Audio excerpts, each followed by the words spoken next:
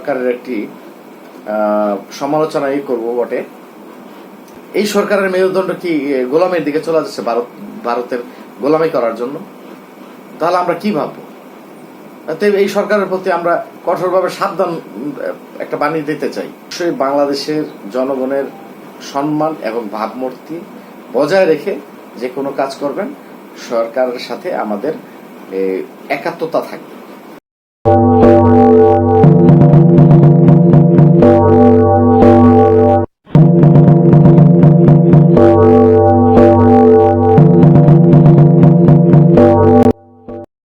আসসালামু আলাইকুম দর্শক, আপনাদেরকে সবাইকে শুভেচ্ছা জানিয়ে দুটি বিষয় নিয়ে আজকে ছোট্ট করে আলোচনা করার জন্য আপনাদের সামনে হাজির হয়েছি। প্রথম যে বিষয়টি হচ্ছে যে আমাদের প্রধান উপদেষ্টা আজকে ভোর 5:05 কাতারের একটি এয়ারলাইন্সে নিউ ইয়র্কের উদ্দেশ্যে রওনা দিয়েছেন। ওনার সাথে 57 জন সঙ্গী আছেন। আমরা ওনার প্রথম এই রাষ্ট্রীয় সফরকে সাধুবাদ জানাই এবং শুভেচ্ছা জানাই। আমরা এই জাতিসংঘের এই সম্মেলনে 140টারও উপরে দেশ এখানে অংশগ্রহণ করছেন, 40 দেশের প্রধানরা এখানে অংশগ্রহণ করছেন। তো আমরা এটাও জানি যে জাতিসংঘের এই ধরনের সম্মেলনে সাধারণত দ্বিপাক্ষিক কোনো বৈঠক হয় না, এটা খুব রেয়ার। তারপরেও আমাদের প্রধান উপদেষ্টা ডক্টর মোহাম্মদ ইউনূসের সাথে আমেরিকার প্রেসিডেন্ট জো বাইডেনের একটি সাক্ষাৎকার রয়েছে, দ্বিপাক্ষিক একটা বৈঠক রয়েছে। আমরা আশা করি এই বৈঠকে আমাদের দেশের জন্য ইতিবাচক কিছু বয়ে নিয়ে আসবে।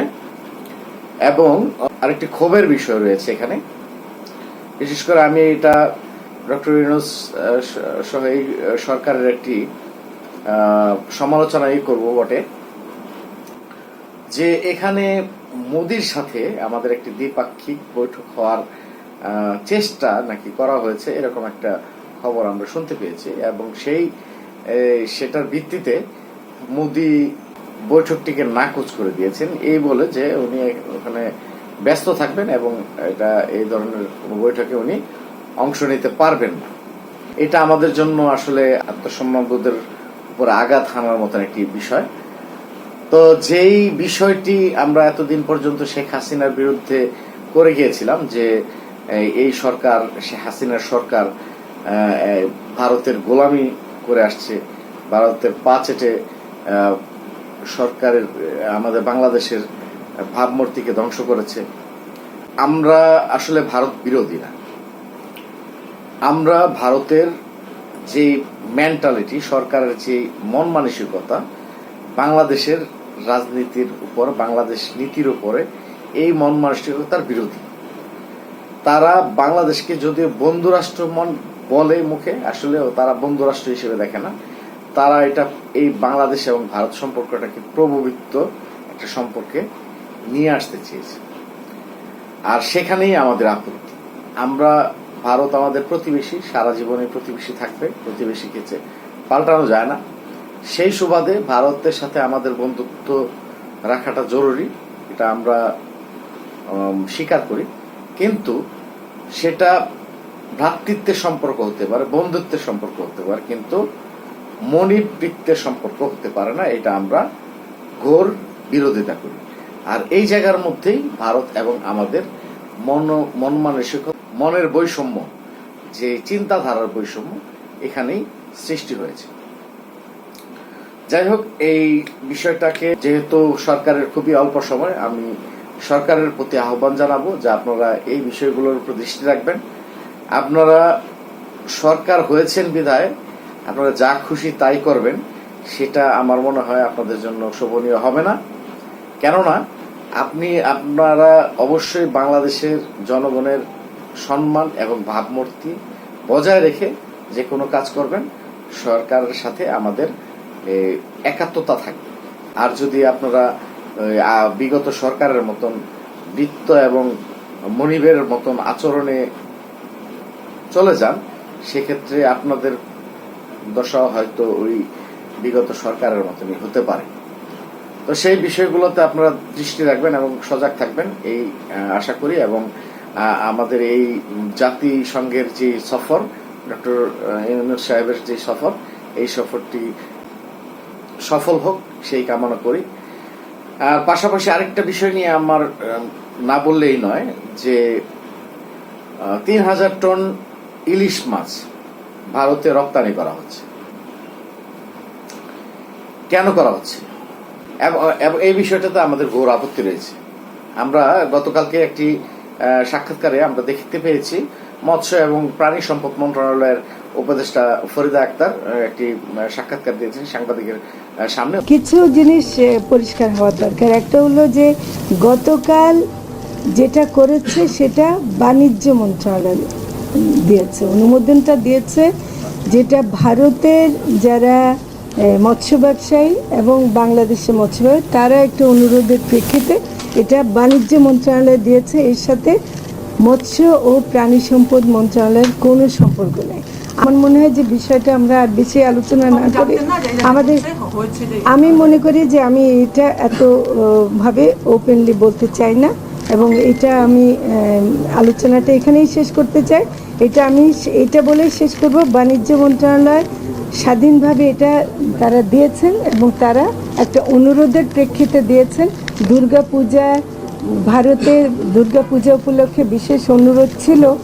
উনি সরাসরি প্রত্যাখ্যান করেছেন যে উনি এই বিষয়গুলোতে জানেন না এবং এটা কোনো দায় দায়িত্ব এড়িয়ে চলার একটা মতন একটা বক্তব্য উনি পেশ করার চেষ্টা করেছেন। কিন্তু ওনার দায় এখানে এড়ানোর কোনো সুযোগ নাই। যে মৎস্য এবং পানি সম্পদ মন্ত্রণালয়ের সাথে সম্পৃক্ত কোনো কাজ করতে গেলে সেটা যেই মন্ত্রণালয় হয় তাদেরকে একটা চিঠি বা প্রজ্ঞাপন পাঠাতে হয় এবং আমাদের জানা মতে পানি সম্পদ, মৎস্য এবং প্রাণী সম্পদ মন্ত্রণালয়ে এই চিঠিটি পাঠানো হয়েছে। অর্থাৎ ওনাদের উপদেষ্টা এই বিষয়ে অবগত। তো অবগত থাকা সত্ত্বেও উনি এই বিষয়টার দায় এড়াতে পারেন না। আর যদি তিনি দায় এড়িয়ে যান তাহলে আমাদের প্রশ্ন থাকবে আসলে উনি তাহলে সরকার কাদের দ্বারা চলছে, সরকার কিসের উপর চলছে? তাহলে কি প্রধান উপদেষ্টার সাথে অন্যান্য উপদেষ্টাদের সাথে কোনো সম্পর্ক নেই? বা উপদেষ্টারা যারা কাজ করছেন তারা তার মন্ত্রণালয় সম্বন্ধে তারা কোনো ধারণাই রাখেন না? তাহলে কি শুধু সচিবরাই এখন এই দেশ পরিচালনা করছেন?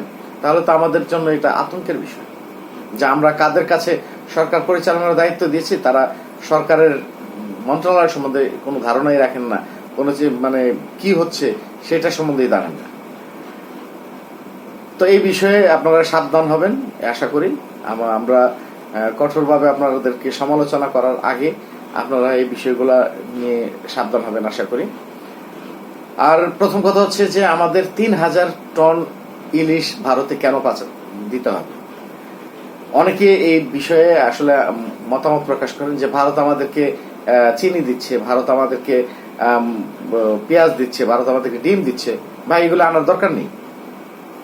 আমরা যদি ভারত থেকে পেঁয়াজ না আনি আমাদের হয়তো কম পেঁয়াজ খেতে হবে। পেঁয়াজ না খেলে মানুষ মারা যায় না, কিন্তু পেঁয়াজ যদি ভারত থেকে আমরা আমদানি করা বন্ধ করে দিই ভারতের কৃষক মারা যাবে।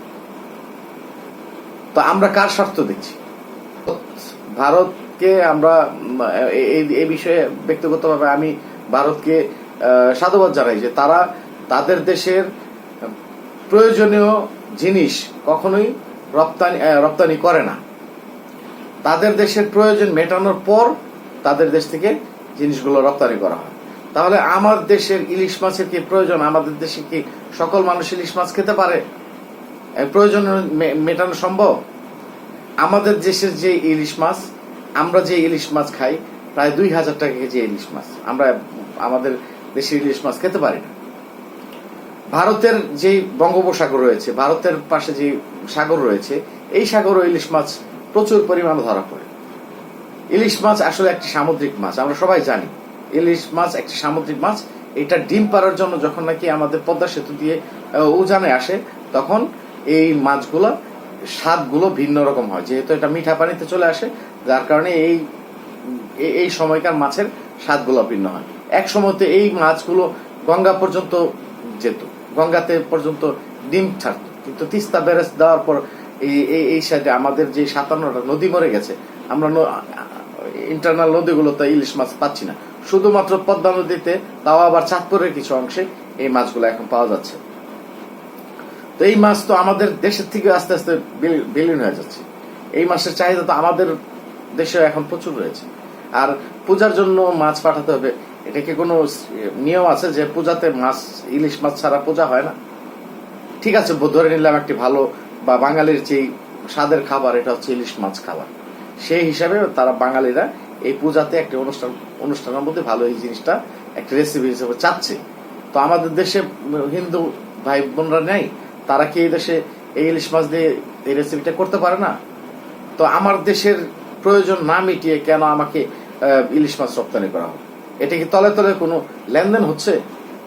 তাহলে কি এই সরকার আসলে আস্তে আস্তে মেরুদণ্ড বাঁকা হয়ে যাচ্ছে? এই সরকারের মেরুদণ্ড কি গোলামের দিকে চলে যাচ্ছে, ভারতের গোলামি করার জন্য? তাহলে আমরা কি ভাববো?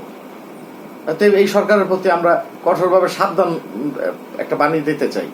স্যার, আপনাদেরকে সম্মানের সহিত বলছি, যেই কারণে যেই সময় এখানে অধিষ্ঠিত হয়েছেন এটা আপনারা খুব ভালোভাবে অকিবাহ। এতে আপনারা এই জায়গাটিকে যতদিন আছেন ততদিন সুষ্ঠুভাবে পরিচালনা করবেন, এটা আপনাদের উপর আমাদের একটা নির্দেশনা থাকবে এবং আমরা এটাই চাই। আশা করি আপনাদের সুবুদ্ধির উদয় হবে। এরই মধ্যে আমরা ধন্যবাদ জানাই যে কিছু আইনজীবী এই বিষয়ে লিগ্যাল নোটিশ জারি করেছেন, তাদের প্রতি আমাদের শ্রদ্ধা থাকবে এবং তাদের সাথে সহমত করে এই ভিডিওটি শেষ করছি। আসসালামু আলাইকুম।